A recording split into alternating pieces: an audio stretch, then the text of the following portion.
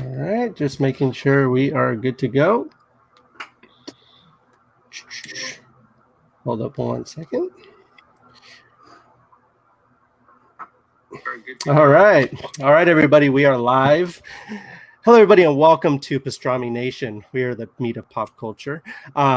Today, we have a very, very cool guest with us today. But first, we're going to do some quick introductions. I'm Kevin, entertainment editor at pastramination.com. And along with me today is Christian. How you doing today? Good to Good. see you guys. Yeah, nice to see you too. And today we have a very, very cool show. We have an interview with comic book writer Frank Martin, where he'll be talking about his new Kickstarter and his new book, Grim Space. Welcome to the show. Thank you for having me back and talking about another fabulous book. Christian, I have to say I'm completely jealous of all your figures back there, your setup.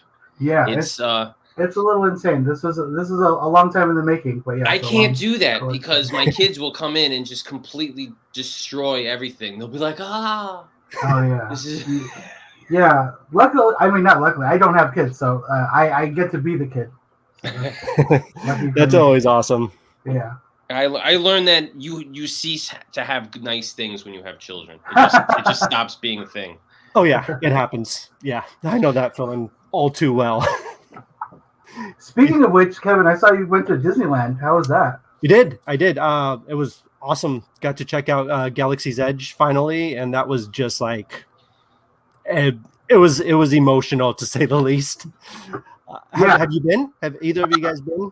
Yeah, we have our passes, so we go pretty regularly. But yeah, I can say I had like an emotional experience the first time. It was it's pretty cool how they cut you off from the rest of Disneyland.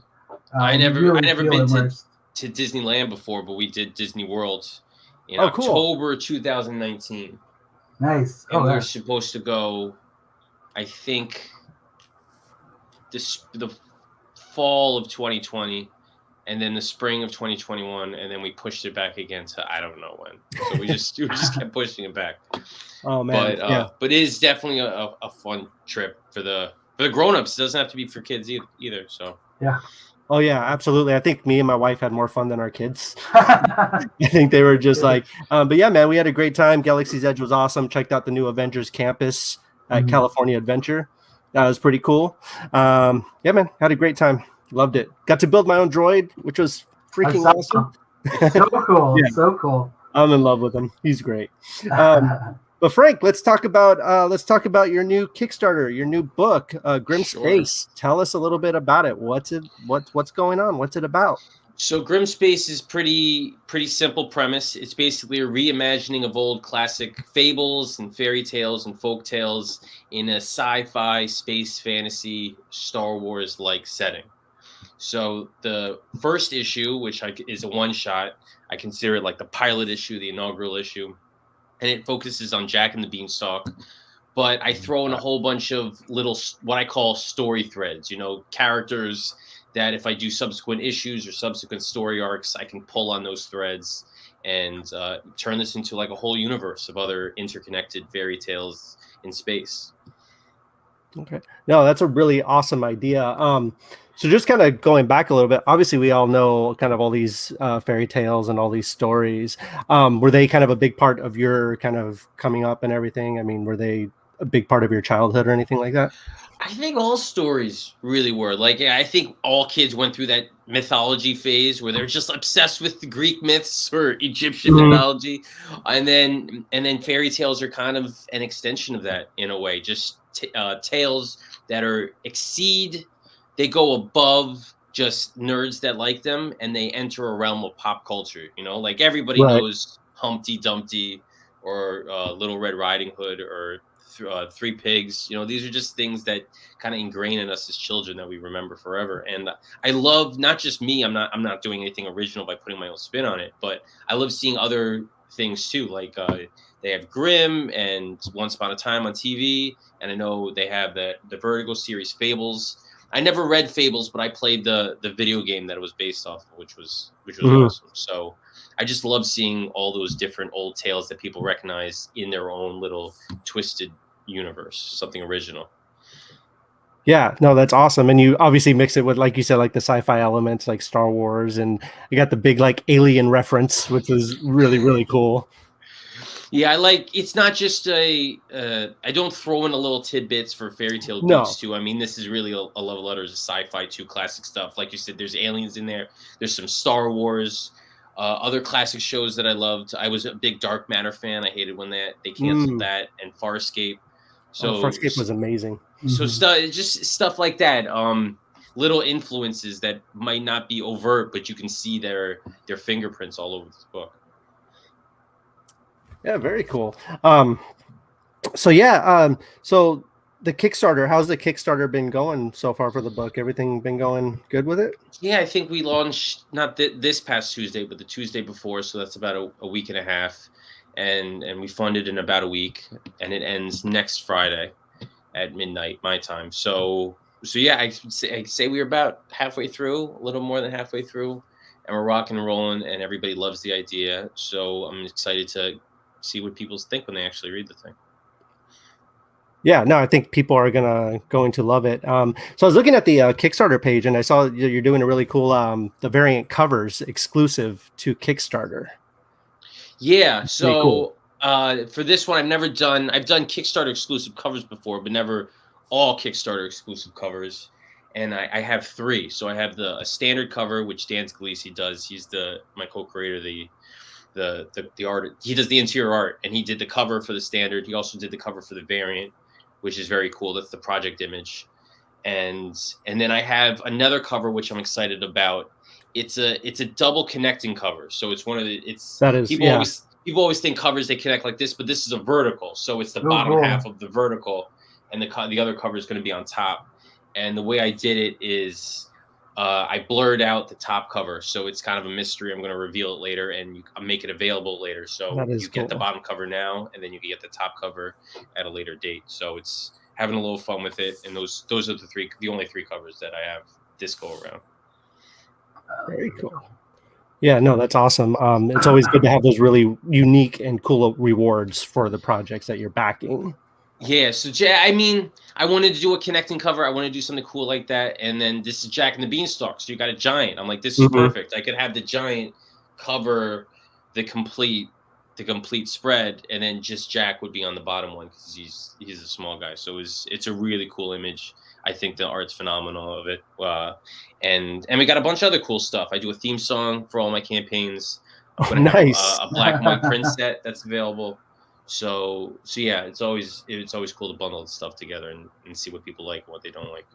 Yeah, no, that is awesome. So you told us a little bit about the book. I'm just curious about what was the kind of the seed of the idea for the book? Like, what made you want to write this particular story in space? I think when I talked to Dan about what he wanted to do, he said he wanted to do a space kind of story. And so whenever I'm approached by an artist, or whenever I'm approaching an artist, I pitch them through ideas. I want to know what they want to draw. You know, I don't want them to be working on something. They're like, to draw monsters again. You know, I want them to be excited for something. So when he said he wanted to do space, I was kind of thinking of, I want to do something, give him three ideas. One that was kind of like a basic standard idea, one that was completely out there, and then one that was a little bit more familiar. And this was the familiar idea, putting a new spin on something that people can recognize. So that's kind of where it came from. And I think it was my wife she doesn't read comics. She doesn't really, I don't say she hates everything I do, but she's not really like a geek. So it's, if I could sell her on an idea, I know I got something special. So she said, yeah, I like this one because I think even people that are not straight up nerds and they absolutely, and they don't read comics, they could kind of resonate with them. Yeah, I really love just looking through the first issue. I love the artwork. Everything just like falls into place, and it looks amazing. Was telling the story in like kind of black and white, kind of the whole. I think Dan, we were going to do color, and Dan, he grayscales everything before he colorized it, and he sent it over, and I said, this looks great. And he goes, I think it looks great too. I think we should release the book like this. Yeah. And I said, okay, let's kind of go through for it. I think we might re-release it, a colorized version later. but we decided to do grayscale for this go around, and it does look great. People still think the art looks amazing, and little secret of the comic book creator world: it's always cheaper to print in black and white. So that's always a plus. But it doesn't. It's not detrimental to the book at all. So I think it's still great looking. Oh yeah, I think it looks incredible in the black and white. I think the grayscale fits the story perfectly, and yeah, I am curious to see though what it would look like in color, just to see. But we got the covers are in color, so we got we got those. Yeah, a little tease, a little preview of what they're all like. Absolutely.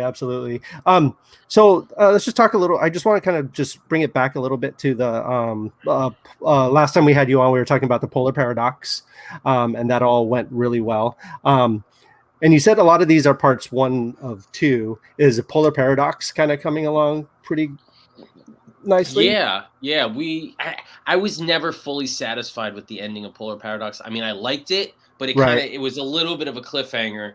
So I wasn't. I always wanted to do something else, but it was all in the hands of my co-creator Antonio. And after he saw the success of part 1, he's like, "All right, let's do another one," and that's coming along awesome. I mean, nice. Both parts are scripted. He's sending me over inks as we speak. Every day I get a new inked page, and cool. I'm looking for just kind of moving along, doing the production thing. It's called Polar Paradox Equator's End. So cool. Yeah, it's the basic idea is if the first one was diving in Antarctica, this one's going to be cave diving, spelunking in like a jungle forest. So that's the locale. That's the adventure gimmick of it.